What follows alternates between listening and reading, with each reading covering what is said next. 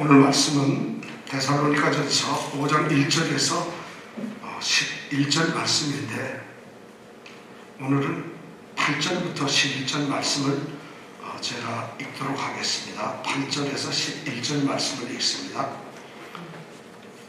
우리는 낮에 속하였으니 근신하여 믿음과 사랑의 흉배를 붙이고 구원의 소망의 투구를 쓰자. 하나님이 우리를 세우심은 노하심에 이르게 하심이 아니요 오직 우리 주 예수 그리스도로 말미암아 구원을 얻게 하신 것이라. 예수께서 우리를 위하여 죽으사 우리로 하여금 깨든지 자든지 자기와 함께 살게 하려 하셨느니라. 그러므로 피차 권면하고 피차 덕을 세우기를 너희가 하는 것 같이 하라. 우리는 지금 주님의 날, 주님의 재림에 대해서 생각을 하고 있습니다. 성경이 우리에게 주님의 재림과 관련해서 말씀해주는 말씀들이 여러 곳에 있는데, 이 데살로니가 전서 5장에 나와 있는 말씀처럼 이렇게 우리에게 많은 것을 주는 그 재림의 말씀은 사실 없습니다. 그래서 우리가 이걸 11절에 걸쳐서 짧지만 3시간에 걸쳐서 우리가 말씀을 나누게 되는데, 첫 번째 시간에는 주님의 재림의 날에 대해서 우리가 생각을 어떻게 했느냐면, 주님이 반드시 재림을 하는 날이 있다는 것이에요. 그래서 그 날에 대해서 우리는 1절에 이미 말하게 되었어요. 주님이 재림한 그때와 시기는 우리가 알 필요가 없다는 것을 알았어요.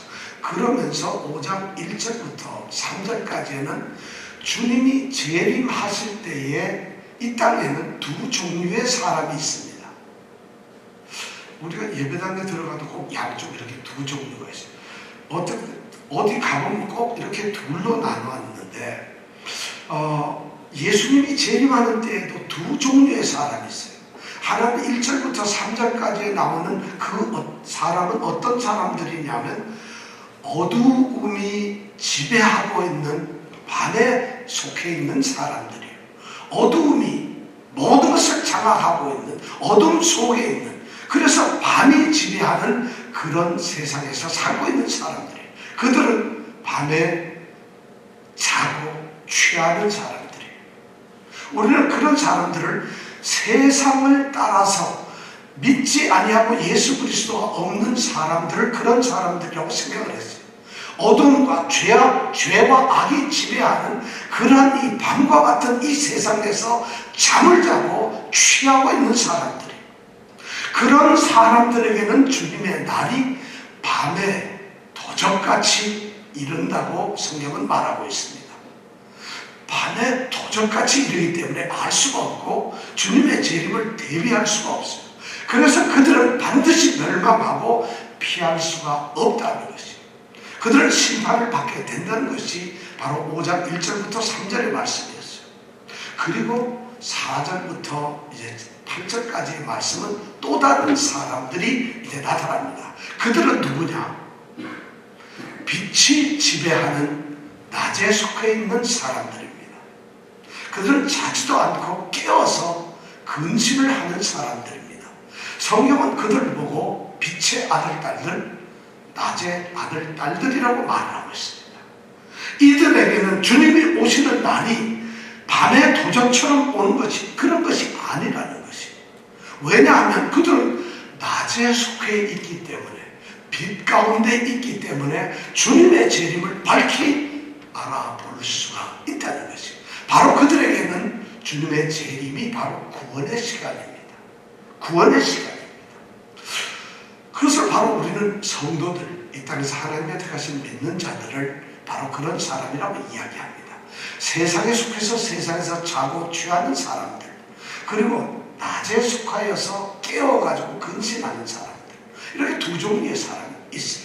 그런데 깨어서 근신하는 이 그리스도인들, 성도들은 어떻게 삶을 사느냐? 8절에 보니까 뭐라고 되어 있어요? 우리는 낮에 속하였으니 어떻게 해요? 근신하여 가지고 믿음과 사랑의 흉배를 붙이고 구원의 소망의 투구를 쓰자, 이렇게 되어 있어요.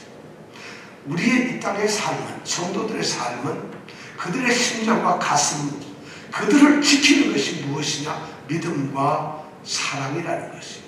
믿음, 사랑. 우리 주 예수 그리스도에 대한, 하나님에 대한 정말 흔들리지 않는 그런 믿음, 그리고 우리 형제 자매들을 향한 사랑, 이것이 바로 우리 성도들의 삶의 모습이에요. 성도들의 모습입니다. 이런 믿음과 사랑의 흉배를 붙인 성도들은 머리에 구원의 소망의 투구를 쓸 수가 있습니다. 구원의 소망을 가질 수가 있습니다. 구원의 소망이 보장되어 있습니다. 믿는 자들에게, 믿음과 사랑의 흉배를 붙인 자들에게는 구원이 안전하게 그들에게 주어진다는 것입니다. 이것이 바로 8절까지의 말씀이었습니다. 그 다음 9절에서부터 11절은 또 다른 구원의 소망에 대해서 우리에게 말씀을 해주고 있습니다. 데살로니가 교회에 속해 있는 성도들 중에는 아주 일부분에는 이런 사람들이 있어요. 우리와 같이 신앙생활을 하던 형제 자매 중에서 먼저 죽은 사람들이 있는데 그들은 어떻게 될까? 과연 죽은 사람들은 구원을 얻을 수가 있을까? 그리고 더 중요한 것은 우리가 아무리 믿음과 사랑의 흉배를 붙이고 이 땅에서 살아갔다 할지라도 정말 구원의 소망, 구원은 우리에게 확실하게 보장이 되는 것일까? 정말 구원이 주어지는 것일까? 구원의 확신을 우리가 가져도 되는 것인가 하는 것을 염려하며 두려워하는 일부 성도들이 있었다는 것이. 오늘날에도 그렇습니다. 성경은 구원이 성도들에게는 확실하다고 말을 하고 있습니다. 아주 선언을 합니다. 그럼 우리가 구원이 확실하다는 구원의 소망의 근거가 뭘까요? 8절에는 분명히 믿음과 사랑의 흉배를 붙였을 때, 믿음과 사랑의 삶을 살 때에 우리가 구원의 소망의 투구를 쓸 수 있는 걸로 말씀을 했습니다. 그것은 뭐냐? 우리 믿음을 가진 성도들의 입장에서 우리가 할 수 있는 일이라고 하는 것은 복음을 받고 예수를 믿게 됨으로 말미암아 믿음과 사랑을 실천하는 것밖에 우리에게는 없습니다. 그렇게만 한다면은 우리의 보장, 구원이 확실하게 보장이 되는 것인가 하는 그런 인간적인 측면에서의 방법을 제시를 했는데, 그런데 인간적인 그런 믿음과 사랑에 대해서 우리가 혹시 두려워할지 몰라 구원의 소망의 확실한 근거는 사람들이 어떤 사람이나 너희가 낮의 아들이든 빛의 아들이든 그것보다도 너희들이 근신하여서 믿음과 사랑의 흉배를 붙이는 너희들이 어떻게 살아가느냐 하는 그것보다도 더 확실한 구원의 이 소망을 주는 그런 근거가 있다는 것이, 그것이 바로 9절부터 10절까지 나오는 말씀입니다. 여기에 보니까 우리 구원의 소망에 대한 확실한 근거가 하나님 편에서 살펴보았을 때, 하나님 쪽에서 보았을 때 우리의 구원은 확실하다는 것이에요. 도대체 그러면 뭘까? 하나님이 어떤 분이신가? 하나님이 무엇을 하셨는가 하는 것에 따라서 우리의 구원은 확실하다는 것이에요. 그래서 첫 번째가 뭐냐면 바로 9절에 나오는 거예요. 하나님이 우리를 세우심은 노하심에 이르게 하심이 아니요 오직 우리 주 예수 그리스도로 말미암아 구원을 얻게 하신 것이라. 첫 번째로 하나님이 이 땅에 있는 성도들을 위해서 하셨던 첫 번째 일이 뭐냐면 우리를 세우셨다는 것이에요. 여러분들 한 사람 한 사람, 오늘 이 자리에 있는 우리 성도들을 다 세웠다는 것이에요. 이 세웠다는 말이 뭘까요? 세웠다는 말은 어디에다가 두었다 이런 말이에요. 그런데 이것을 영어 성경과 우리 성경도 모두 어떻게 번역하면 하나님이 예정하셨다, 이렇게 이 세웠다는 표현을 예정하셨다 이렇게 말씀을 하고 있습니다. 하나님이 우리를 성도로 예정하셨어요. 하나님이 우리를 갖다가 이미 우리를 하나님의 사랑하는 성도들을 정해 놓으셨다는 거예요. 그러니까 우리는 하나님이 정해서 선택하고 부른 사람들이라는 것이죠. 그것이 바로 우리로 하여금 구원의 확신을 가질 수 있다는 것이죠. 내가 하나님께로 간 것이 아니라 하나님 후회하지 않으시고 변개하지 아니하시고 전능하신 그 사랑의 하나님이 우리를 정해서 부르셨다는 것이죠. 그럼 그분이 부르신 것은 그분이 취소하거나 그것을 없이 하지 아니하고 그대로 지키신다는 것이죠.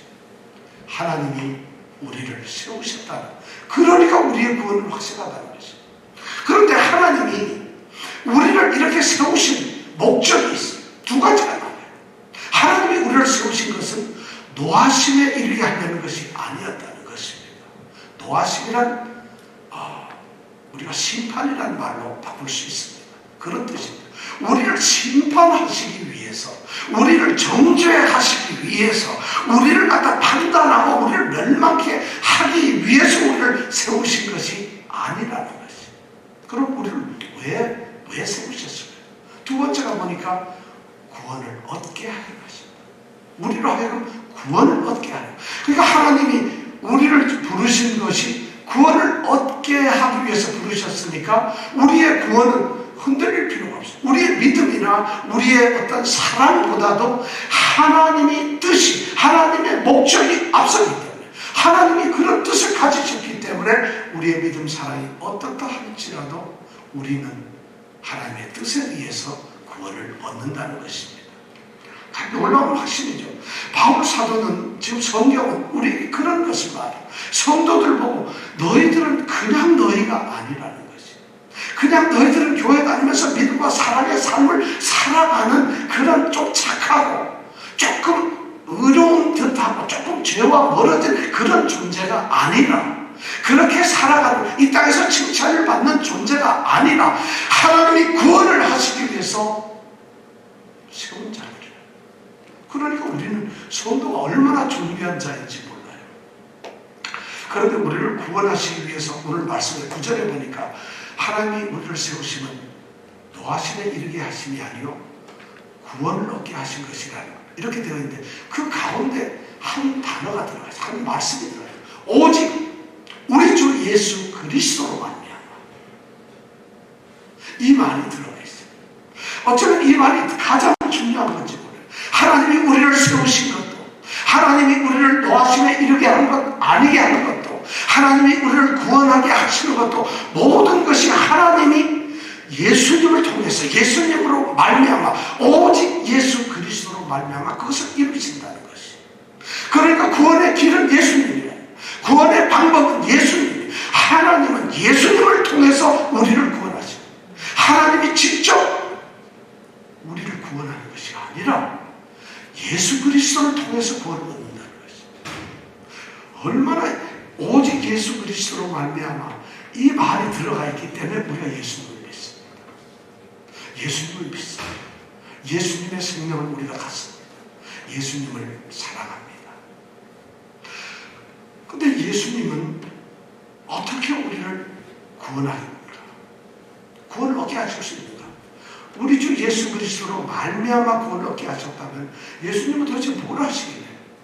어떻게 우리를 구원하실까? 이 대답이 바로 10절에 나와 있습니다. 바로 두 번째 위대한 구원의 근거가 뭐냐면 바로 10절에 나와 있는 거예요. 10절 우리 함께 읽어볼까요? 시작. 예수께서 우리를 위하여 죽으사 우리로 하여금 깨든지 자든지 자기와 함께 살게 하려 하셨느니라. 가장 위대한 말씀이 하나님이 우리를 세우셨다는 것과 똑같이 위대한 우리에게 구원을 보장해주는 그 말이 뭐냐면 예수께서 우리를 위하여 죽으셨다는 것입니다. 하나님이 우리를 세우셔서 구원하시는데 그 예수 그리스도로 말미암아 우리를 구원하는데 그 예수님은 그럼 우리를 위해서 무엇을 하셨느냐? 우리를 위해서 죽었다는 것입니다. 기독교 신앙의 가장 중요한 가장 깊은 교리가 바로 죽음입니다. 예수님이 죽지 않고도 우리를 구원하실 수가 있었을까요? 없습니다. 예수님은 우리를 구원하시기 위해서 죽도록 이 땅에 오셨어요. 죽기 위해서 오신 거예요. 그냥 이 땅에 오셨다가 죽지 않고 가셨다면 우리는 구원을 얻지 못했을 겁니다. 그래서 우리가 예수님의 죽음을, 예수 그리스도의 십자가의 죽음을 우리 신앙에서 가장 큰 깊은 은혜로 생각하고 있어요. 그래서 십자가라고 말을, 십자가는 뭐냐면 예수님이 죽으신 그 형태, 현장을 이야기할 때 십자가입니다. 그래서 십자가라는 말은 다른 뜻으로 말하면 죽음이라는 말이에요. 십자가라는 건 고통이라는 말이 아닙니다. 착각하지 마세요. 십자가에서 우리가 주님이 막 달려있으니까 고통이다. 십자가는 죽음입니다. 고통을 주기 위한 도구가 아니라 예수님이 죽기 위해서 달리신 것이 바로 십자가예요. 그러니까 십자가는 죽음이에요. 너희 십자가를 지고 나를 따르라고 하는 것은 우리가 갖는 어떤 고난이나 나의 어려움이나 이런 걸 들고 따르냐는 것이 아니라 너의 목숨, 생명을 죽이는 것으로 따르라는 것이에요. 십자가를 따르라는 말은 그런 거예요. 근데 우리는 십자가를 잘못 이해해가지고 십자가는 뭔가 내게 고통스럽게 나를 힘들게 만드는 것으로 살짝 바꿔버렸어요. 십자가는 죽음이에요. 예수님께서 죽었다. 그래서 십자가를 바라보고 예수님의 죽음을 바라본다, 이런 말이 되는 거죠. 예수께서 우리를 위하여 죽으셨다. 이것이 바로 오직 예수, 우리 주 예수 그리스도로 말미암아 구원을 얻게 하셨는데, 오직 우리 주 예수 그리스도로 말미암아 소한 그분이 우리를 위해서 죽으셨다. 우리를 위하여 죽으셨다. 우리를 위하여 죽으셨다. 자신이 죽은 것이 아니라 우리를 위하여. 그래서 여기에서 위대한 우리 교리인 대속의 대신해서 우리 죄를 속하시기 위해서 죽었다고 하는 우리가 대속의 교리가 바로 여기에서 나옵니다. 속죄의 원리가 여기서 나옵니다. 죄를 지은 우리 모든 사람들은 다 죽어야 되는데 어떤 사람은 예수님께서 대신 죽어주셨다는 것이, 우리가 죽어야 될 그 자리에 예수님이 대신 죽으셨기 때문에 우리는 죄값으로 사망할 것을 면제받았다는 것이죠. 왜냐하면 예수님이 대신 죽었기 때문에. 그래서 우리가 죄에서 구원을 받았다는 것이죠. 우리는 그러니까 예수님이 죽었기 때문에 심판을 받을 수가 없어요.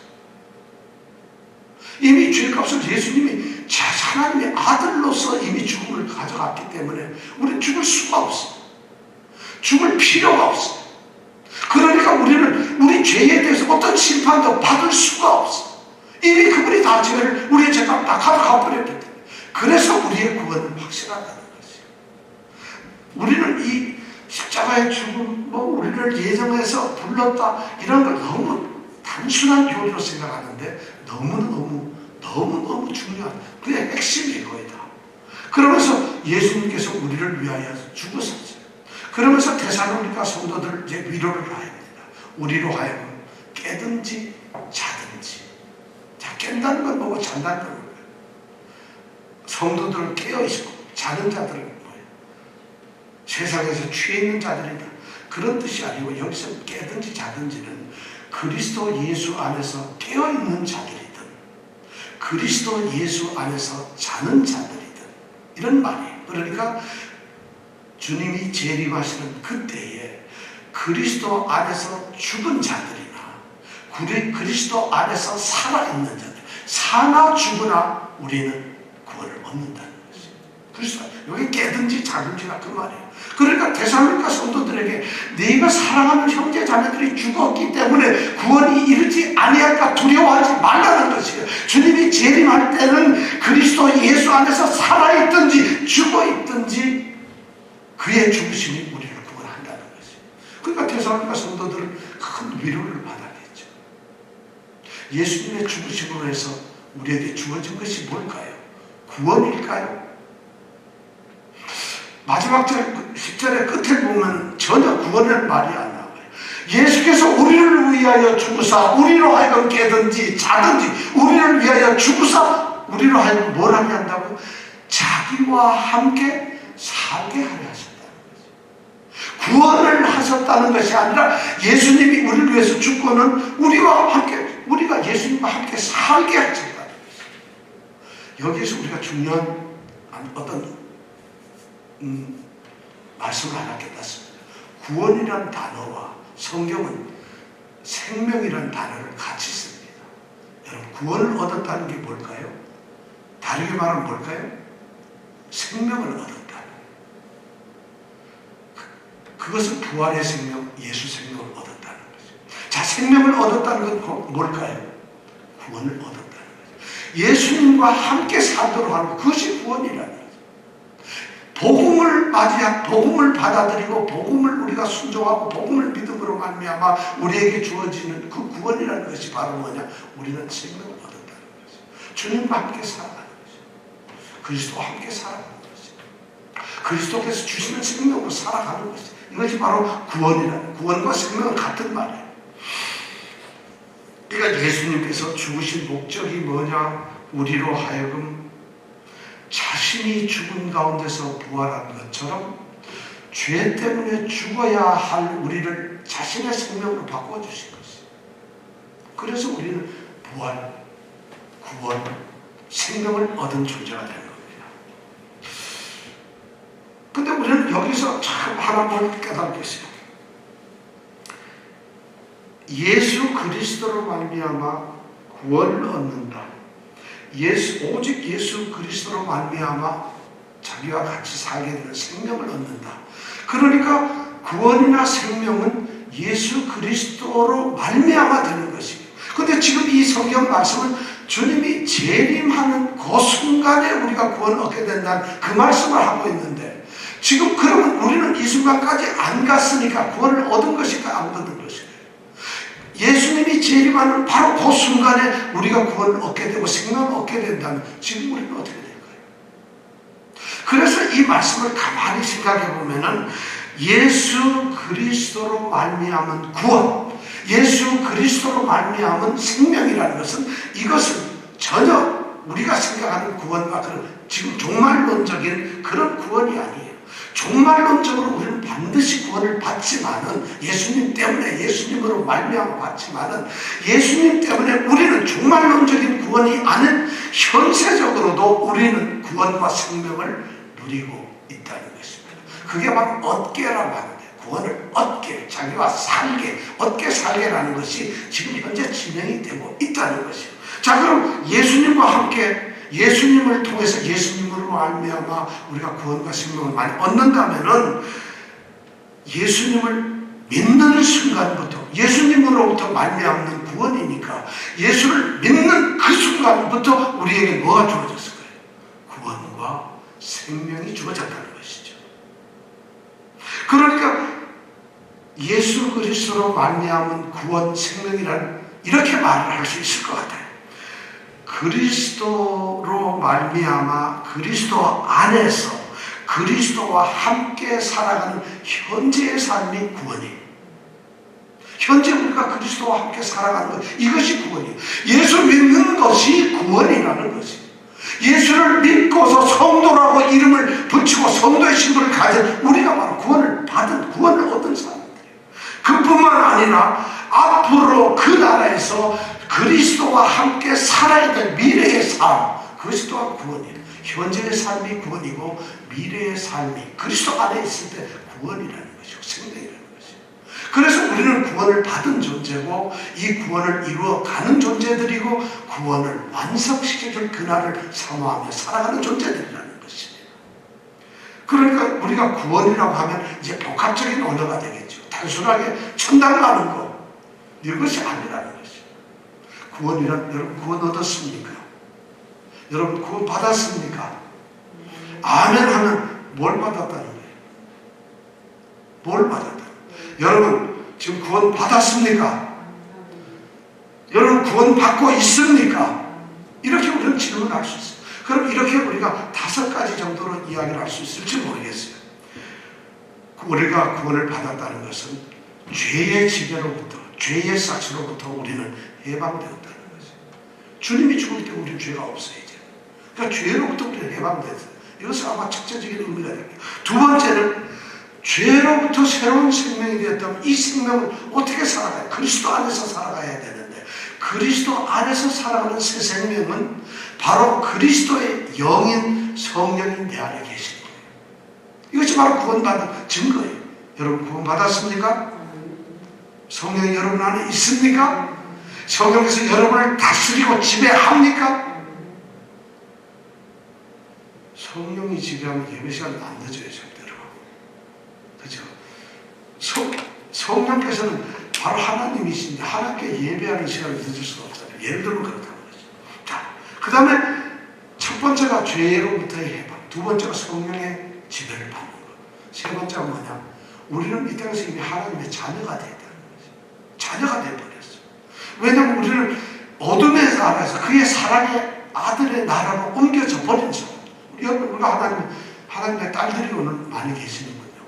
하나님의 아들들. 우리가 하나님의 자녀가 된다.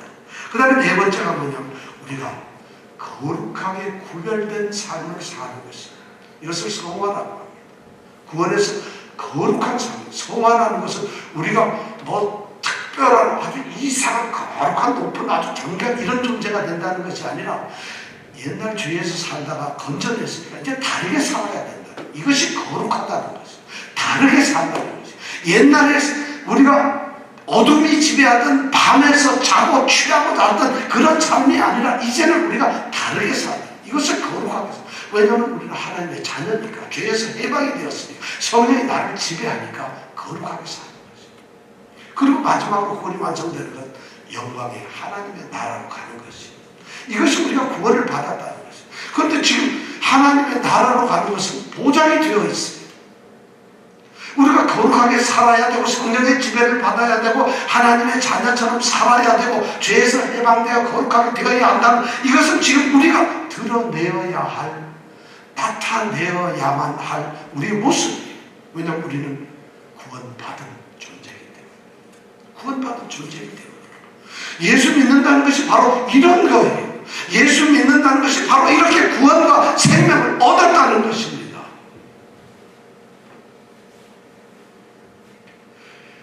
이런 것을 예수 믿는 거라고 여러분 한 번이라도 세상 살면서 혹시 들어본 적 있습니까? 누가 여러분한테 예수 믿는 것이 구원받은 것이 이런 거라는 걸, 이렇게 살아가는 것이 바로 예수 믿는 거라는 걸 혹시 들어보셨어요? 참 이것이 되면은 이런 사람들은 기도할 수밖에 없어요. 예배할 수밖에 없어요. 찬양 드릴 수밖에 없어요. 주님을 위해서 열심히 봉사할 수밖에 없어요. 그런데 예수를 믿는 것이 무엇이고 예수 믿는 사람들, 구원받은 사람이 어떤 사람이라는 것이 강조가 안 되고 그것을 모르고 그것을 덜 깨닫다 보니까 기도해라, 찬양해라, 봉사해라 이러니까 그게 짐이 되는 것이죠. 자신이 누군지 모르는데 하는 것이 얼마나 힘들어요. 자신의 신분을 깨닫지 못하고 자신의 존재 가치를 모르고 어떤 일을 하면 그것은 노동이 되는 것이죠.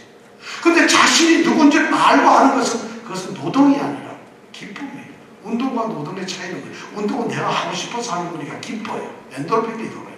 노동은 먹고 살려니까 하는 것이에요.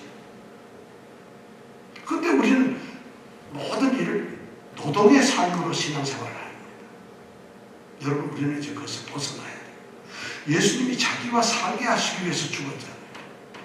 하나님이 구원을 받게 하기 위해서 우리를 세웠잖아요. 이미 그런 존재가 되었다는 것이에요. 자, 하나님은 우리를 구원하시기 위해서 우리를 세우셨어요. 예수님은 우리를 살게 하기 위해서 자신이 죽으셨어요. 지금 그 위대한 하나님이 하신 일을 통해서 우리에게 구원의 확신을 주고 있습니다. 우리의 구원은 하나님이 세우고 하나님이 뜻하신 목적이 바로 구원이에요. 우리의 생명은 주님이 죽어가면서까지 우리에게 주시는 싹이 바로 주님이 죽으심으로부터 우리에게 주어지는 것이 바로 생명이에요. 우리의 생명이 그렇게 존귀한 것입니다. 우리가 말이죠. 우리의 구원이라는 게 우리의 믿음, 사랑의 흉부에 묻히고 우리가 무슨 빛의 신분이고 이런 거 그런 것 때문에 우리가 구원을 받는 것이 아닙니다. 물론 그것은 구원을 받은 자들의 삶이지만 우리는 그것 때문에 구원을 받는 것이 아니라 그것 자체가 오늘 저희들이 대여리 문답을 읽었는데 한번 집에 읽어보시면 바로 그런 얘기예요. 우리의 믿음의 행위나 우리의 어떤 공로가 중요합니다만 그것 때문에 우리가 구원을 받는 것이 아니라 하나님의 뜻과 그리스도의 죽으심 때문에 우리가 구원을 받는 것입니다. 그리고 그것 때문에 우리가 확신을 갖는 것입니다. 우리의 구원은 우리가 누구인가, 우리가 뭘 했는가로 이루어지는 것이 아니라 하나님이 누구신가, 하나님이 우리를 위해서 무엇을 하셨는가, 그것이 우리 구원의 근거가 된다는 것입니다. 그것이 구원의 확신이 된다는 것입니다. 이런 구원의 확신을 가진 사람들은 11절에 보니까 그런 사람, 데살로니가 성도들, 우리 모든 성도들은 너희들이 바로 이러한 존재들이니까, 이렇게 하나님의 뜻과 그리스도의 죽으심 때문에 구원받고 생명을 가진 존재니까, 그러므로 피차 권면하고 피차 덕을 세우기를 너희가 하는 것 같이 하라, 이렇게 말하고 있어요. 너희들이 구원받은 사람처럼 너희 자신이 열심히 하는 것처럼 너만 하지 말고 피차 권면을 하라는 거예요. 네가 하는 것처럼, 네 자신을 구원을 세우고 네 자신이 생명을 얻은 자처럼 열심히 살아가는 것처럼, 확신을 갖는 것처럼 너만 확신을 갖지 말고 피차 권면하고 피차 덕을 세워주라. 왜냐하면 교회는 공동체니까, 생명의 공동체니까, 교회는 구원받은 백성들이 모여있는 곳이니까, 한 사람 한 사람이 구원을 받았는데 혹시라도 그 중에 구원의 확신에서 흔들릴 때 내가 확신을 갖는 것처럼 서로 이러한 믿음의 소망, 사랑의 소망, 구원의 소망을 그들에게 권면하고 나눠주라는 것이죠. 너의 믿음만 지키려고 하지 말고, 네 자신만 세워지려고 하지 말고, 네가 하는 것 같아, 네 자신을 위해서 네 스스로 하는 것처럼 남에게도 권면하고 덕을 세우라는 것이죠. 바울 사도는 이런 말씀으로 이제 재림의 마지막 순간을 우리에게 얘기해 주고 있습니다. 여러분 어떻습니까? 구원의 확신을 가질 수 있겠습니까? 구원의 확신을 갖는다는 것이 우리에게 어떤 것을 가져다 주는지 압니까? 구원의 확신이 내 구자에, 내 계좌에 100만 불이 들어있는 것보다도 못한다면 우리는 구원의 확신이 뭘까요? 하나님의 뜻인데, 예수님이 죽으셨는데, 이 9절서부터 나오는 91절의 말에 9절의 제일 앞에 뭐냐면, 왜냐하면, 이런 말이 있어요. 우리 성경에는 그렇게 번역을 하는데, 왜 믿음과 사랑의 흉배를 붙이고 구원의 소망의 투구를 써야 한다? 왜냐하면 하나님이 우리를 세웠기 때문에, 예수님께서 우리를 위하여 죽으셨기 때문에 그렇다는 거죠. 자, 그렇다면 이런 큰 은혜를 받은 우리가 어떻게 살아야 될까요? 여러분, 구원받은 존재들이에요. 진짜 구원의 소망의 투구를 얼마든지 쓰십시오. 흔들리지 않습니다. 그리고 그 소망을 가지고서 믿음과 사랑의 흉배를 붙이고 살아가십시오. 우리는 구원받은 존재입니다. 다시 한번 기도하겠습니다.